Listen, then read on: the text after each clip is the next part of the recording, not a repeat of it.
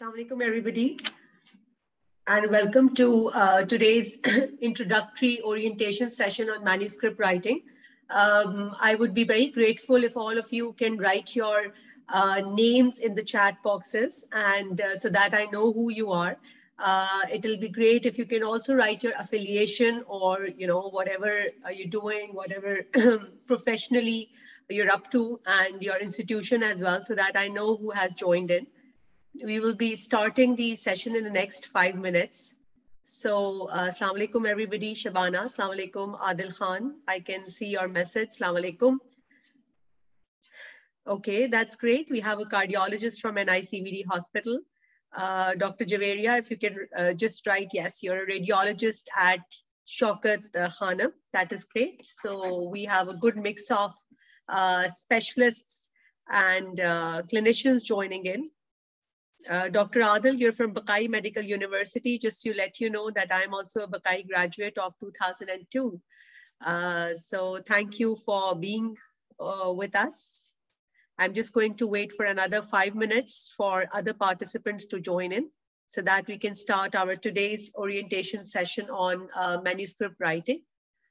As I've already requested, if you all can just use your chat box to introduce yourself to me, that will be great, because we would be interacting throughout the session in the chat box. I would appreciate if you all can just keep yourself muted, and whatever questions you have, whatever queries you have, if you can just write it in your chat boxes, and I would be happy to answer your queries. Shabana, you are a GP in working in Saudi Arabia, and a screening doctor. Screening doctor for what? Is it for like general sort of an GP who's screening and the first point of contact for all the patients? Lajpat Rai, you're saying that the sound is not clear. If other people can also tell me the sound is clear or not. Dr. Javed Neiman, you're a chest physician from Liaquat University Hospital, Hyderabad. Welcome, great to have you all here. We'll be just starting our session in the next 2-3 minutes. Just wanted to ask you to introduce yourselves so that we can start our session. Yes, so Dr. Lajpat, other people can hear me properly. Probably there's an issue with your connection. So please sort that out. If you just switch off the video, the connection would be more clear. So if you can do that, that will be great.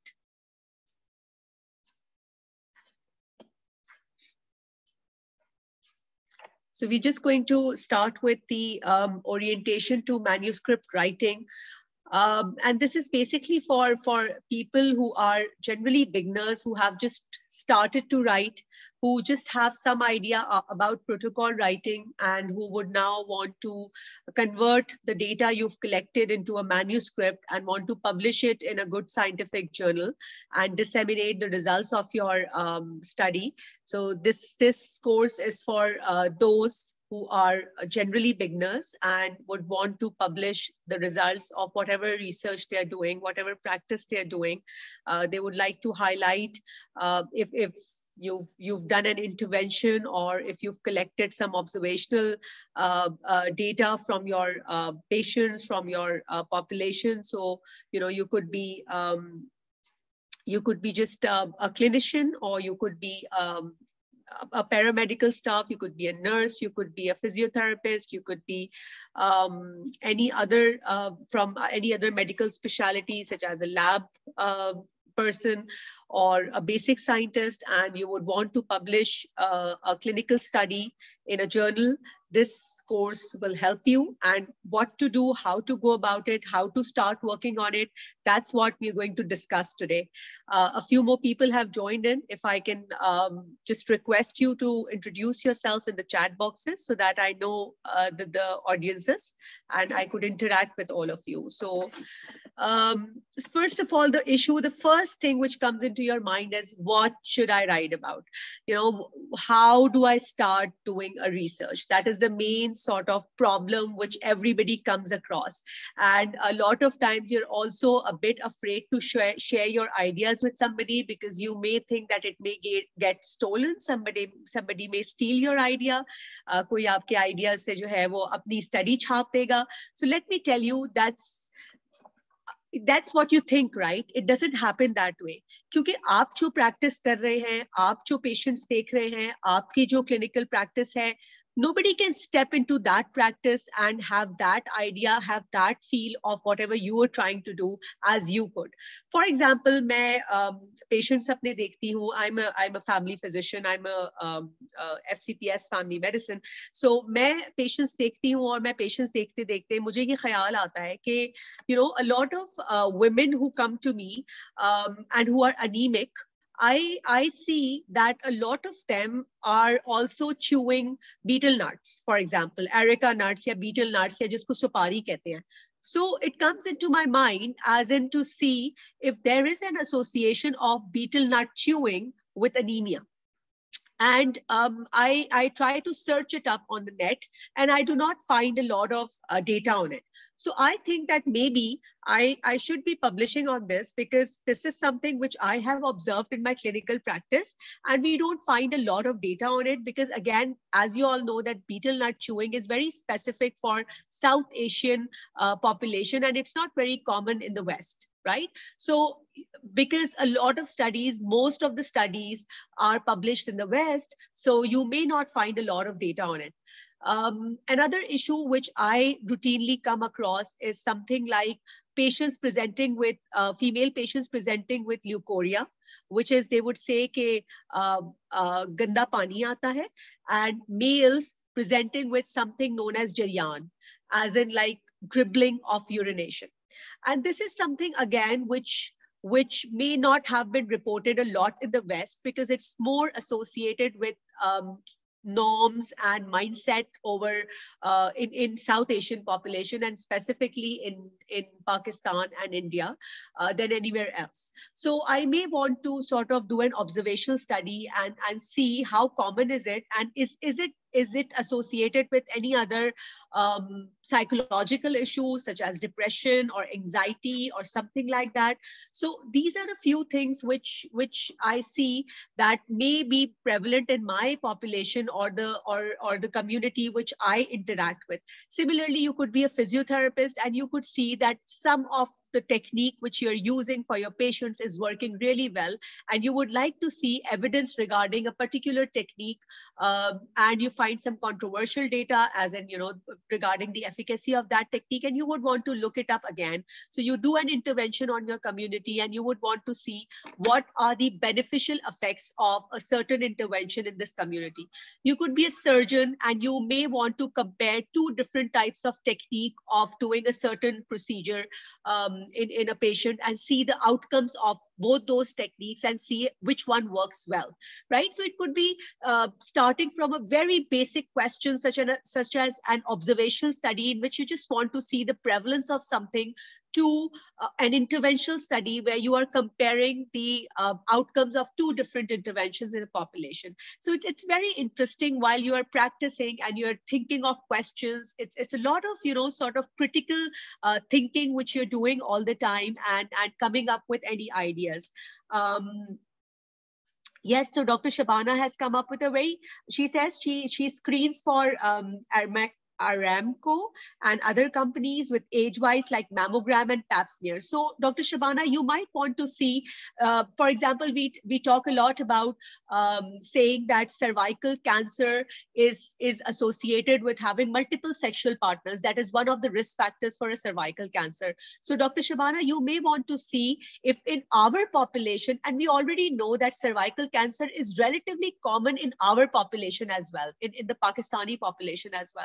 So you may want to see that patients who come up positive on a pap smear, what are the factors associated with them being, having dysplasia on a pap smear? So you can come up with new sort of factors associated with having an abnormal pap smear, because we already know that having multiple sexual partners is not an issue in our part of the world as much as it is in the West. Right? So what are the other factors which are leading to an increased prevalence of cervical cancer in our population? So you might want to look it up, right?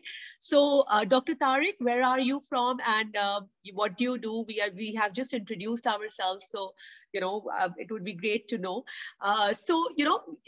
Anybody else can come up with any idea. If you want to write it in your chat box, I would be happy to help you out with it, or to modify it, to let you know how you could, go about it. So you can just keep on chatting with me, interacting with me in the chat box, and I'm reading your messages and I will respond to it. So we were talking about how to start writing.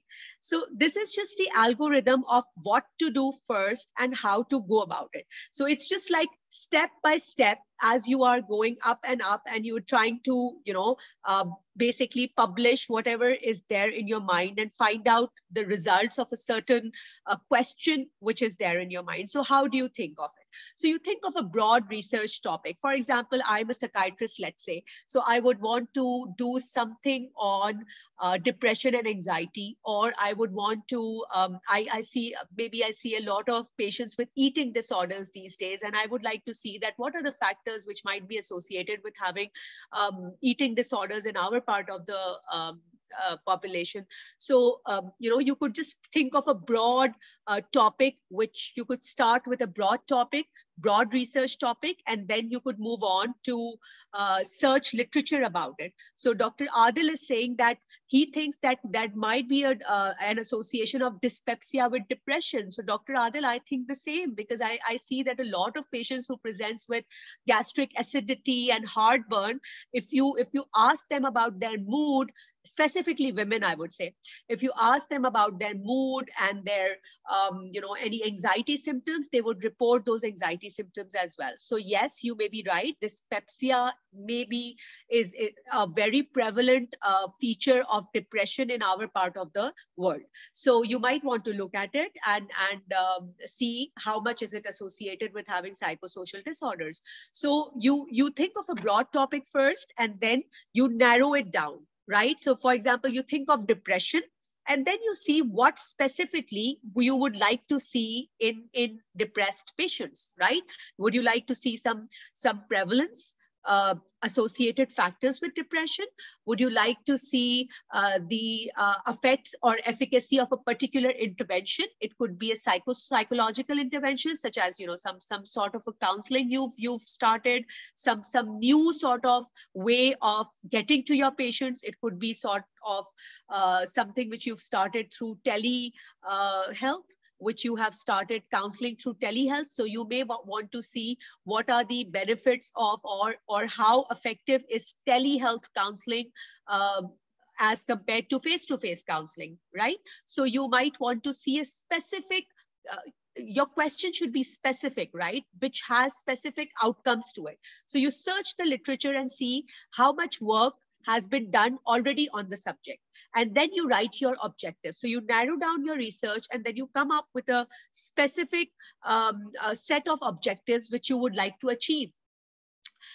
For example, if Dr. Adil is looking for association of dyspepsia with depression, so your objective would be to find out, to determine if patients presenting to primary care with dyspepsia have depression, right? So what is the association, or what is the prevalence of dyspeptic symptoms among patients who are depressed?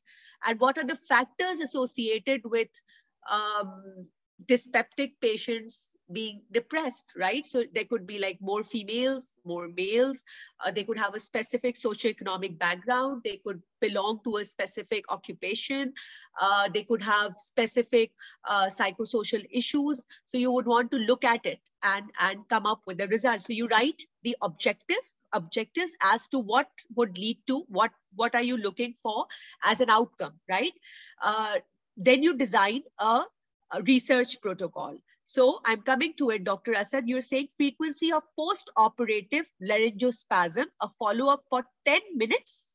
10 minutes in PACU. And what is PACU, Dr. Asad? You seem to be an anesthesiologist, maybe. Are you an anesthesia person or are you an ENT person? So a follow-up for 10 minutes in PACU.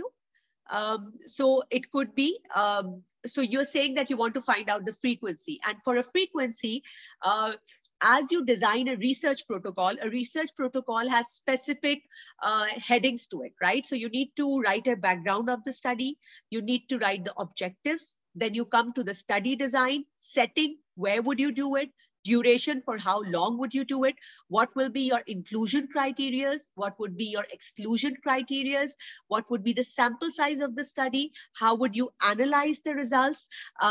Any ethical considerations, implications of it, and then you would come up with, the overall, as into what would you achieve out of this study, right? So study design, Dr. Asad is asking about the study design for a study. For any frequency, the study design is cross-sectional study, right? If you want to look at the factors, then you might want to do a case control study.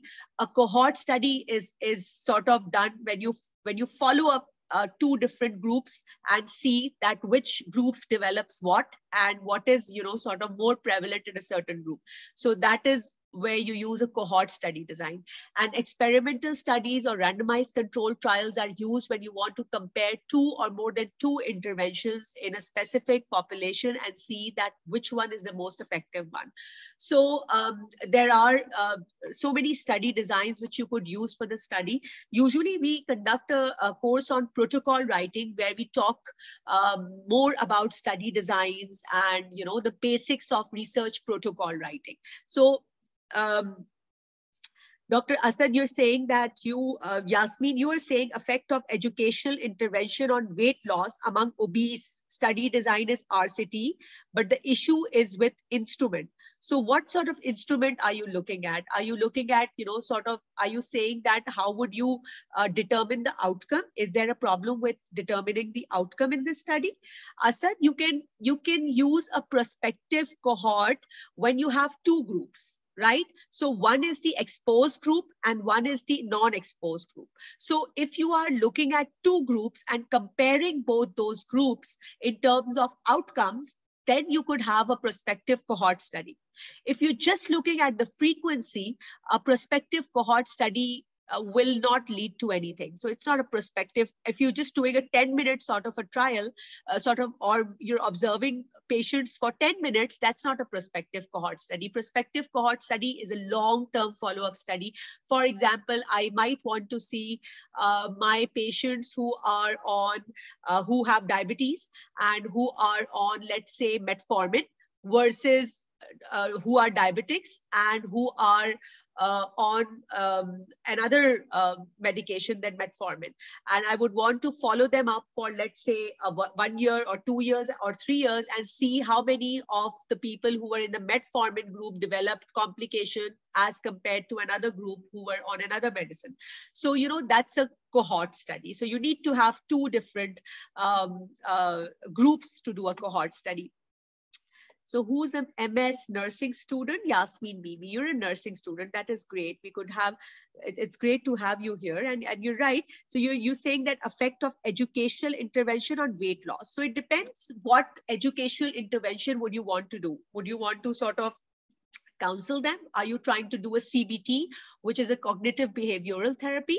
So one group undergoes a CBT for losing weight, and another group is only on lifestyle modification and maybe a drug if you want to give them, and you are comparing those two groups, one with the psychological intervention and one without the psychological intervention. So you could, compare these two groups. So that is how, you come up with a good study design, right? So educational intervention, Yasmin, maybe CBT could be an intervention as well. Educational intervention is just, what you want to tell them, but that should be structured. So if you're saying that I want to give an educational intervention to one group, it needs to be structured. You have to define the structure very, very clearly. Okay, first we will do this. We will give off the flyers. We would call them up. It would be a weekly follow-up call. So that is how you would structure your educational intervention. Otherwise, you will not get any results at all. So you design a research protocol in which you write all these protocols into it. Like how would you structure your intervention, which you're trying to do, right? So that is what a research protocol is for, because beforehand, you know what to do and what to expect, right? So after designing a good research protocol, you submit it to the ethical committee for approval. So you get an IRC, which is Institutional Review Committee, or ethical committee approval from whatever institution, wherever institution you're working at. After you have an ethical committee approval, you start collecting the data. So you write a research protocol, you submit it to the ethical review board, and then you start collecting data. You do not do otherwise. You do not collect data and then you ask the ethical board if you could do the study. In case you already have a lot of data in your department, for example, a lot of times, people are already recording so much of data, and now you want to publish a study. So the right way to go about it is that you need to take an exemption from the ethical review board, as in you tell them that we already have this data, we're already doing this intervention in our department, and now we would want your permission to publish it.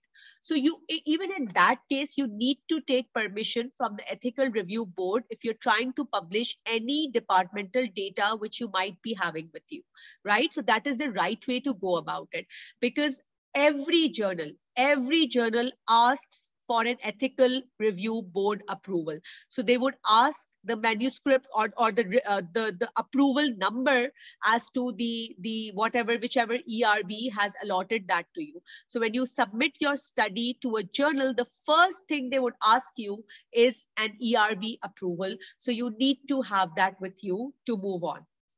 Right? So after collecting data, you analyze and interpret the results, right? So you come up with the outcome, and then you start writing a manuscript. So the course which we are conducting now would help you write a manuscript. All the things which should be done before writing a manuscript, we expect that you must have already done that. If you have not done that, then what we could do is that you could tell us about it, and we could help you with protocol writing as well, because there's another course which we run that is for protocol writing course. So we could help you out with that as well. So now that you have the data, you're preparing to write a manuscript, then you start writing a manuscript. After you've written a manuscript, you need to send it for publication, and you have to have a plan that how would you disseminate that data. So this is basically an algorithm for starting off with a research question, searching literature on it, finding a rationale to write your study, writing the objectives, designing the research protocol as to the methodology of the research which you're going to deploy, then getting an ERB approval, collecting data, analyzing and interpreting results, writing a manuscript, and then disseminating your data. Any questions still up to here? Okay, so we have another comment here. I'm a student from University of Lahore. A very warm welcome to you. I will follow all those guidelines, but the issue is that I'm unable to find the instrument.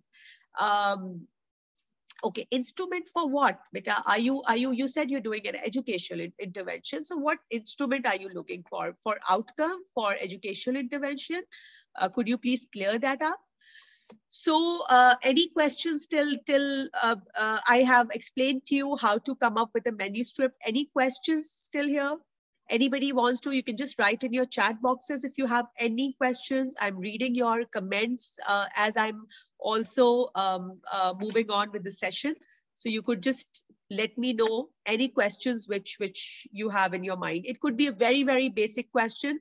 So don't worry about it. So if you don't have a validated questionnaire already for a research, for example, you would like to find out a specific, perception about certain things, and you're looking for a questionnaire in the literature and you can't find it, then you could come up with your own questionnaire, and you could just pilot it on a few 10% of the study sample, and then you could come up with sort of modification to the questionnaire, and then you could use your questionnaire. So you may want to come up with your own questionnaire in the language which your participants belong to, and then you could just publish your study with it. So it's not an issue, right?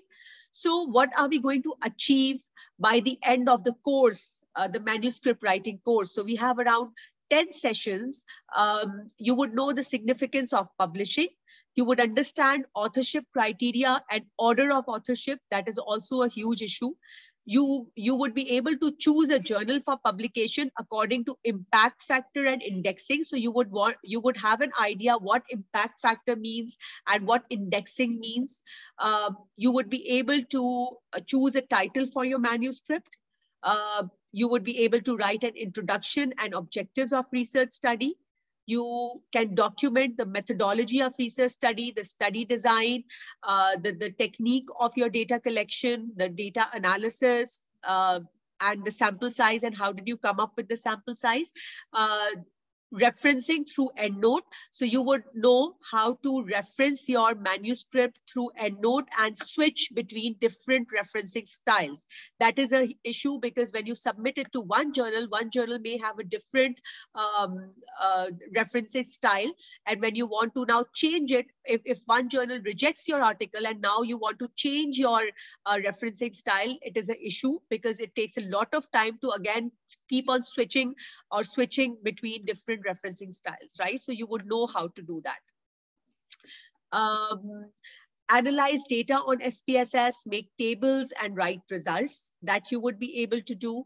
And in a very sort of, I would teach you SPSS from the very basic, and you would be able to analyze your own data. Make a Word template for manuscript writing according to the journal instructions. Construct graphs and figures. You would know how to construct graphs and figures, and you would know how to write a discussion and conclusion, how to write a summary or a structured abstract, and avoid and check for plagiarism and English grammar, and respond to peer review. So Dr. Asad's question is that, is there any value marks of letter to the editor publication for future job? Okay, so it depends, Dr. Asad. What happens is that if you are a doctor, right? So you have to abide to the PMC policies, right? And the PMC policies right now is that only original manuscripts, which is where you have done original research, are counted as a publication for promotion. Similarly, HEC, Higher Education Commission of Pakistan, also lays down the same sort of policies and principles for promotion, right? So they would also want an original article. And in fact, HEC would want you to be among the first few authors, maybe first or second author, maybe. So they just want you to be the first few authors to be promoted if you have a publication. PMC, generally, your last PMC policies I've seen is that you should be among the first 6 authors. But then again, it should be an original research, right? It should not be a letter to the editor or even a case report for that matter, right? So you would after attending this course, you would know the significance of publishing, understanding authorship criteria, choosing a journal for publication. So this is I think a huge ethical issue all the time, where people would want to join your research just for the sake of authorship. They would not want to contribute. They would not want to put their intellectual input into it or work in any way for the manuscript, and still they would want an authorship. So let me tell you that even your supervisor, even your head of the department, does not deserve an authorship if there is no substantial intellectual input which they have given into your manuscript. So it is very unethical to be included as an author for any manuscript in which you have not given your intellectual input. Please remember this. Do not let people pressurize you. Do not let people influence you into getting an authorship without doing anything at all. So that's very important, right? And isliye sometimes when we see, when as a journal editor, I come across a lot of articles with, 20 or 15 authors there, and the results which are not even important. So it's very important that the authors actually deserve to be among the authors. So Dr. Kehkashan is saying, what type of study is done with a questionnaire? So Kehkashan, you need to come up with a questionnaire for any quantitative study which you are doing. So there are two types of studies, which is, we are going to come to it. Let me show that to you. So how to come up with a journal where you need to publish? बहुत सारे issues होते हैं. एक journal which does not ask for any money, because if you do not have a grant or a publication, sort of, you do not have any money which you've gotten to publish your results, then of course you're looking for a journal which waives off the fees to authors and which is free to publish. So, and then that journal should be indexed. It might or might not have an impact factor. What does that mean to you? Why do you want to publish in a journal without an impact factor? All this which you're going to learn throughout this course, and you would actually know what it means to publish in a scientific journal, right? So we're going to talk about it as we move on to the different sessions which we're going to conduct.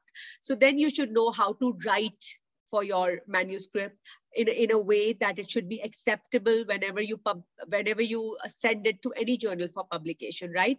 Plagiarism, avoiding plagiarism is very important. So a lot of times what you would do is you would copy paste. आप किसी के abstract खोलते हैं, वहाँ से you would just copy paste 2 lines into your manuscript, and at the end of the day, when you submit your manuscript to any good scientific journal, they would pick up on it and they would say that maybe 40% or 50% of your manuscript is copied from somewhere else, and they would blacklist you for it, right? So how to, and you wouldn't even know what you've done, right? You wouldn't even know what wrong you've done, because you had no idea what plagiarism means and how it could be picked up by any good scientific journal. So how to avoid it, that's what we're going to learn. And then English grammar is very important. Sometimes the journals would send you back your manuscript saying that you need to be checked by English grammar software, right? So that is how you would come up with a quality manuscript. And writing style is very important, as you can see here. The font you use, the language you use, the punctuations which you use. So it's very, very important, and how you check for it so that you do not make mistakes like these. That instead of saying let's eat grandma, right? So let's eat grandma. Where do you want to insert a punctuation so that it doesn't seem like you're trying to eat up grandma, but you're trying to ask grandma to, or request grandma to join you in eating, right? So punctuations, using the punctuations at the right point in time, using, the right words to express whatever you want to say, that's very, very important.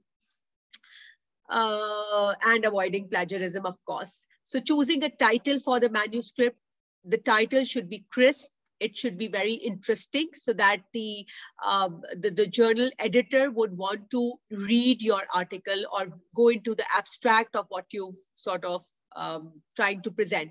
So coming up with a very crisp and very catchy title, that's what you're going to learn, so that it gets accepted in a good journal. Then writing a proper introduction and objectives of the research study. As I already said, that your introduction should include the background of the study and the rationale as to why you're doing the study. So how to write that. How to do literature search, not as in we would not discuss how to do literature search in this course, but how to come up with a good introduction from the literature already available to you, and how to make your objectives very measurable and on point, right?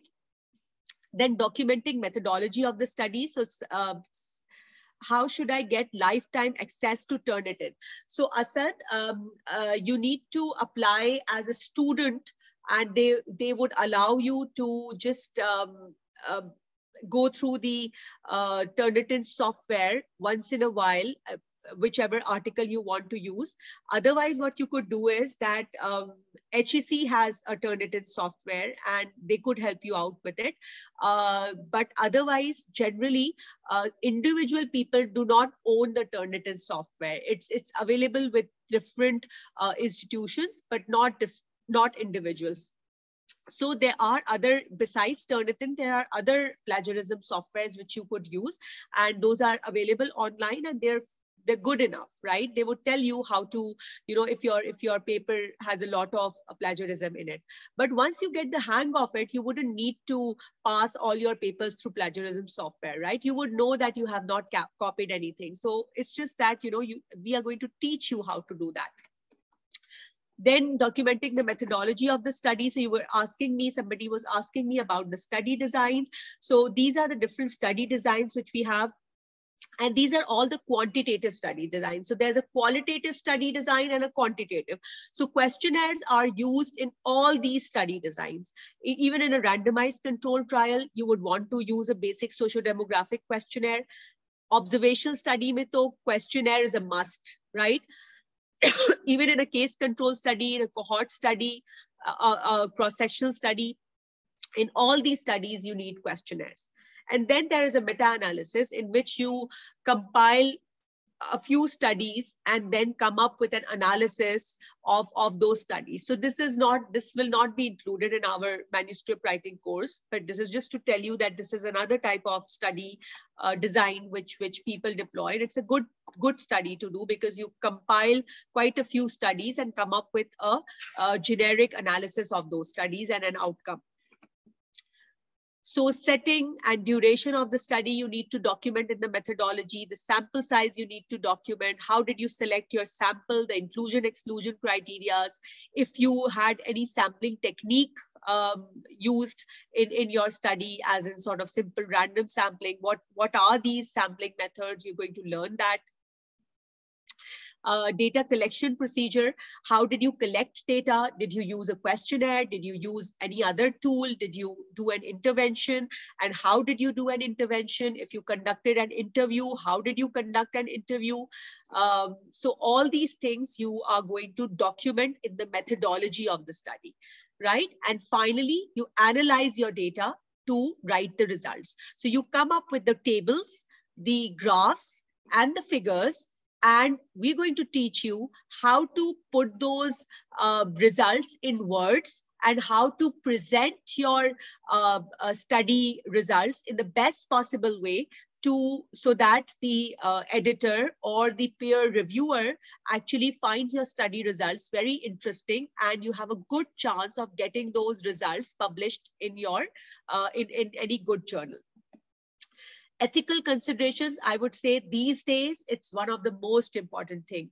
Without doing an ethical study, which is approved from the ethical review board, you will not be able to get a good place in a scientific journal, and I would say in any journal, because even the new journals which have come up without an impact factor or any indexing, even they would ask for an ERB approval, right? So that is what you need to do as a first thing. Yes, Dr. Asad is asking how data tells us for what type of statistical test should be applied. So we're going to study this, Dr. Asad. When we're going to do the SPSS session, you're going to learn how to apply, which test to apply when and how. Right? So we're going to teach you that. So don't worry about it. How to construct graphs and figures is another thing which we would teach you, and how to present your data in the form of figures and graphs in the best possible way. That is what you're going to learn as well. and coming up with good figures as well. So writing discussion and conclusion, another very important and essential part of your manuscript, how to discuss your results and then come up with a conclusion which is substantial, which leads to some future studies, gives a future direction to your study. So how to write that, we're going to learn that as well. So, and finally, when you are ready with your manuscript, then you come up with a very catchy, crispy title for your study and an abstract. And the abstract is basically a summary of your manuscript. So what to write in the abstract? Because sometimes the only thing which other authors would read is your abstract. And if they find your abstract interesting enough, then only they would want to dig into your manuscript. Even for the editor who's looking at your study for publication, if your abstract is to the point and is reflecting your results of the study in a very good way, then there are high chances of your manuscript being sent for peer review, right? Otherwise, it is rejected there and then. The editor would just reject it there and then, and it would not even go for a peer review.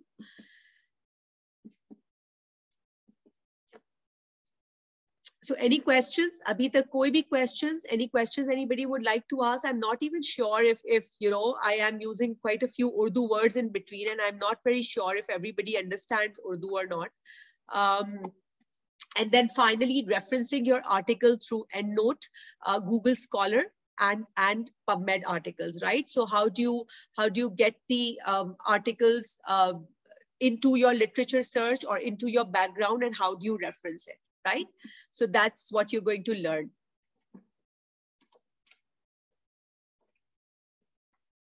Then responding to peer review, another very important part of your manuscript writing and submitting your manuscript for publication. So once you've submitted your manuscript for publication, if it goes through the editor and the editor finds your results or your study interesting, he's going to hand it over to a few peer reviewers, right?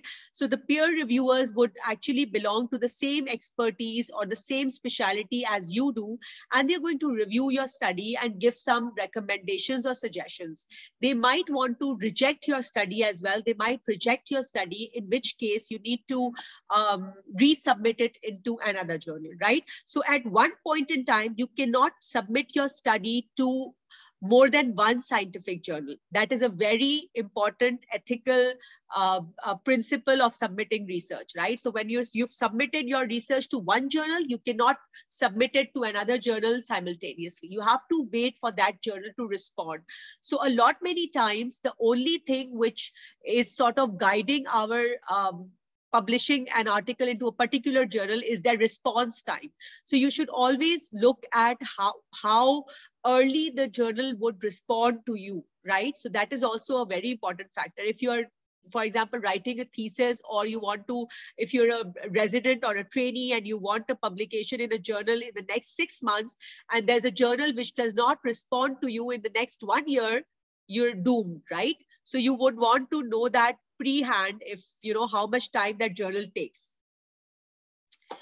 Dr. Asad, this is a whole course, right? This is a 10 session course, and it will be each session will be for 1.5 hours. I'm just coming to it. If you just give me the next 5 minutes, right? So peer reviewers, of course, the peer reviewers are difficult to handle, and it's very, very sometimes frustrating.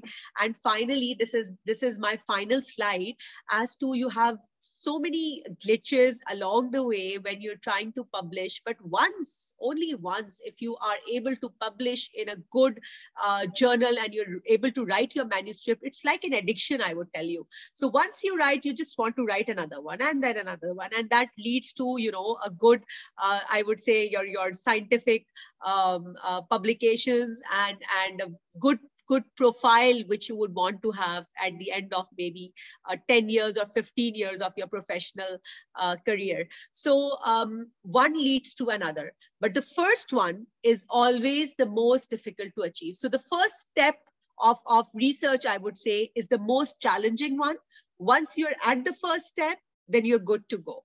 So that is what I would suggest all of you, is to just start writing. The first one will be difficult, but the others will be very easy for you. Dr. Asad, this is basically a 10 weeks course in which, as I've already highlighted, these are the research. If you look here, these are all the objectives which we will be able to achieve at the end of a 10 weeks course, which we've planned, and it would start from next Saturday. It is a 1.5 hour online class, just like we had today. Right? Just like we had today, it will be like this, and it will be 1.5 hours. So one session will be dedicated to introduction writing, for example. Another session will be dedicated to research methodology writing. So every session will have a specific set of objectives, as you already can see on the screen. And then at the end of 10 weeks, you would be able to sort of write your own manuscript in a very scientific way, in a very technical way, so that you have more chances of getting publications in a good journal. So any other questions which you have right now, which I can answer you? If it could be a personal question, it could be regarding your specific study, any question which you want to ask, I would be happy to answer it. Any feedback which you want to give me, that will be great as well. That is how we make our sessions interactive. So we keep on interacting in the chat box. So if you can just type, if your typing is just sort of good enough, it will be easier for you to interact with me all the time. And then we have, you can also connect me through your emails.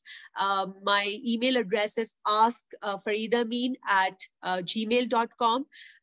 The admin would be able to help you out with it. We are going to also help you out with any software which you might want to, so for example, SPSS or the EndNote software, having it on your own laptop and how to use it. So we're going to facilitate you and help you out with whatever you would like us, which is in the scope of this course.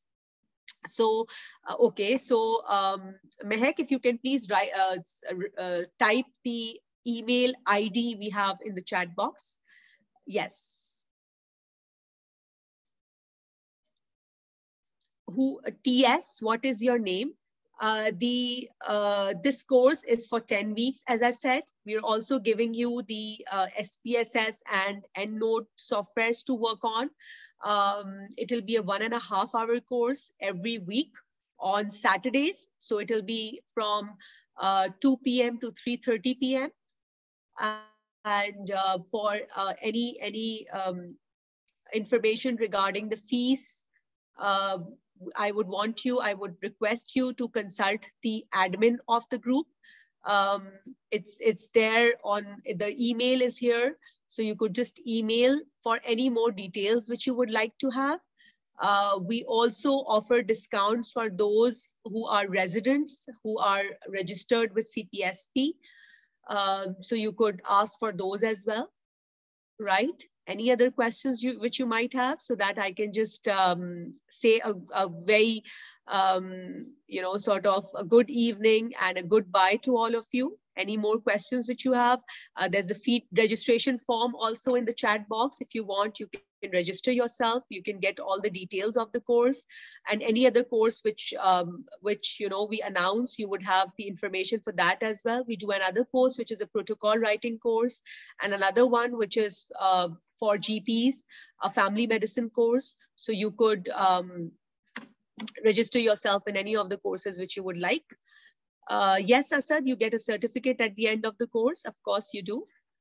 So it's around 18 hours, if I'm not mistaken, 15 hours maybe. So 15 teaching hours, right? So goodbye, all of you, and a very happy research in the future, whoever is trying to write and publish your own manuscript in scientific journals. Best of luck. Allah Hafiz.